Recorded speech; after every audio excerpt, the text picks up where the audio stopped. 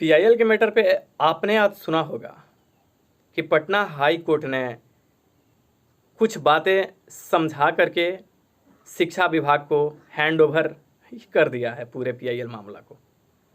ये मामला क्या है? पीआईएल के बीच में जो दांव पेच खेला गया है ये आखिर क्या है? कुछ महान अनुभव लोग आते हैं, कहते हैं कि हमें बोलने नहीं आता। कुछ लोग एडिटिंग के माहिर होते हैं। मैं एक बात बता दूं मेरे भाई, तुम्हारी बातें, तुम्हारी समझ एक हद तक सही हो सकती है, लेकिन आज पीआईएल का खेल, मैं एक बात बता दूं, तुम्हें कुछ भी नहीं पता है।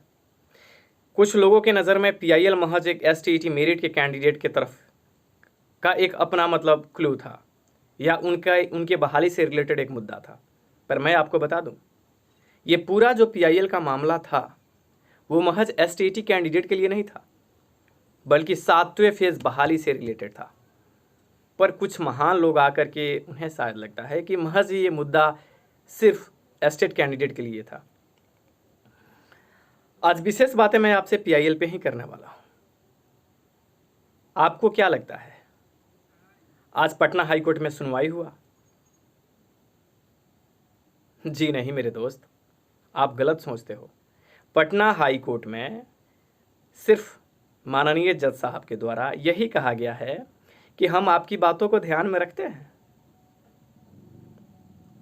और हम आगे शिक्षा विभाग को सौंप देते हैं कि आपकी बातों पे वो ध्यान दे और इसके साथ उसको जो करना है वो करे।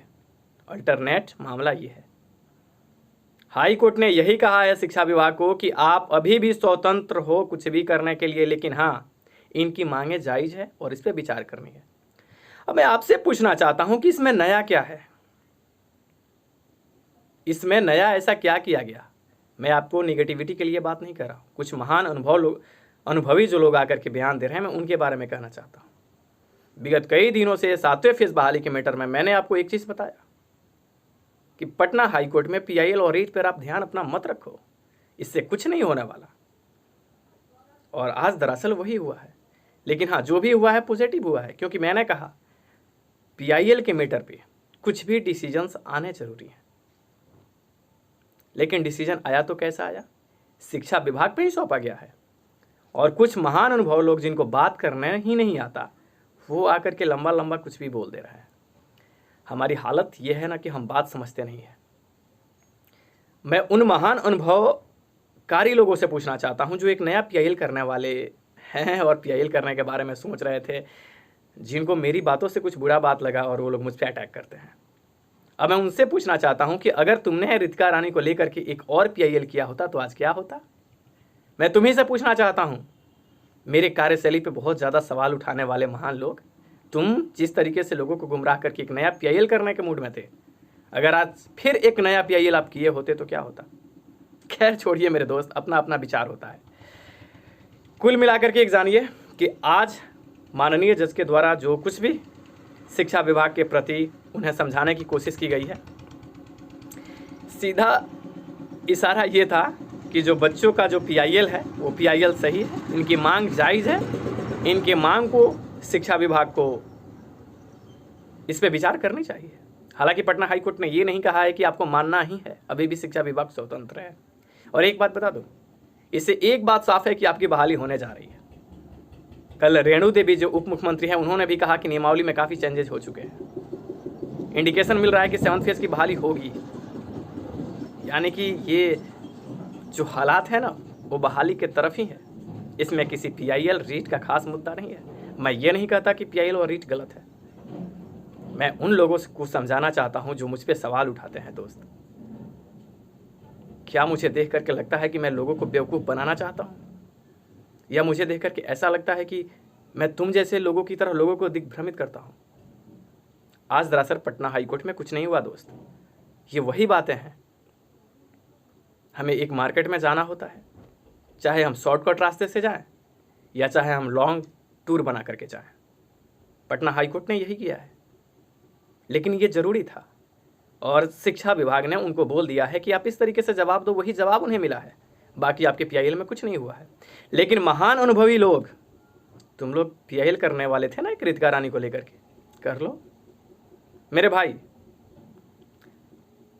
हमारे ऊपर कोई भी क्लेम उठे, मैं आपको एक बात बता रहा हूं कि आप सकारात्मक रहो। लोगों की बातों में दिग्भ्रमित आपको होने की जरूरत नहीं है। पीआईएल में कुछ खास हुआ नहीं है। ये वही इंडिकेशन है जो छठे फेज में माध्यमिक के साथ हाईकोर्ट ने जवाब दिया कि शिक्षा विभाग स्वतंत्र है इस पे कोई डिसीजन लेने के लिए। 77 बच्चों का जो केस था ना, उस पे बोला गया कि शिक्षा विभाग चाहे तो इनसे एप्लीकेशन ले सकती है या अपने सोच समझ के अनुसार बहाली प्रक्रिया आगे बढ़ा सकती है, लेकिन उसे भी अटका दिया गया ना। और आपके पीआईएल का जजमेंट भी यही है, शिक्षा विभाग को सौंप दिया गया कि आप स्वतंत्र हो कुछ भी करने के लिए। अब इसमें पॉजिटिव बात क्या है, सिर्फ एक क्लू कि इनकी मांगे सही है, इस पे शिक्षा विभाग को विचार करनी चाहिए और केस डिस्पोज किया गया। समझ रहे हैं? लेकिन ये निगेटिविटी नहीं है। मैं ये कहना चाहता हूं इन धंधाखोर लोगों से बचने की अब जरूरत है और मुझ पे क्लेम करने वाले ये अच्छी बात है दोस्त, लेकिन हाँ, एक अच्छा शिक्षक बनना, ये जो तुम्हारी हरकतें हैं वो स्कूल में मत रखना, बच्चों के साथ मत रखना, आने वाले बिहार के भविष्य को ढंग से बनाने की कोशिश करना। इस तरीके की बातें तुम्हें नहीं रखनी चाहिए। और हाँ, मैं आप लोगों से यही आग्रह करता हूँ कि आप लोग प्लीज़ पीआईएल और रीट से ध्यान हटाइए। थोड़ी सी जो बातें होंगी वो कहीं ना कहीं किसी न किसी सोशल मीडिया प्लेटफॉर्म से आपको मिल ही जाती है। हम आशा करते हैं कि लोगों से दिग्भ्रमित होने की ज़रूरत नहीं है। जो कुछ भी हुआ है पॉजिटिव है दोस्त, इसमें नेगेटिव ज़्यादा कुछ नहीं है, बस वही है जो होने वाला था। हमारे द्वारा तो ये कहा ही जा रहा था कि शिक्षा विभाग जो चाहेगी वो पटना हाई कोर्ट से होगा। इसका आउटपुट आपके सामने है। अब कुछ लोग ये भी आकर के हमारे प्रति कह सकते हैं कि हमने तो कहा था, आकर के कोई लाइव ये कहेगा वो कहेगा। दोस्त, किसी को डिस्पोज करने के लिए अपने अंदर हुनर पैदा करो, और किसी को डिस्पोज करना ही है तो समझ रहे हो मैं कहना क्या चाहता हूँ। सिर्फ बातों से और ऐसे बातों से हम किसी को डिस्पोज नहीं कर सकते। कुछ देर तक दबा सकते हैं जो आप लोगों ने कर लिया है, लेकिन मेरी मानसिकता ऐसी नहीं है। Thank you.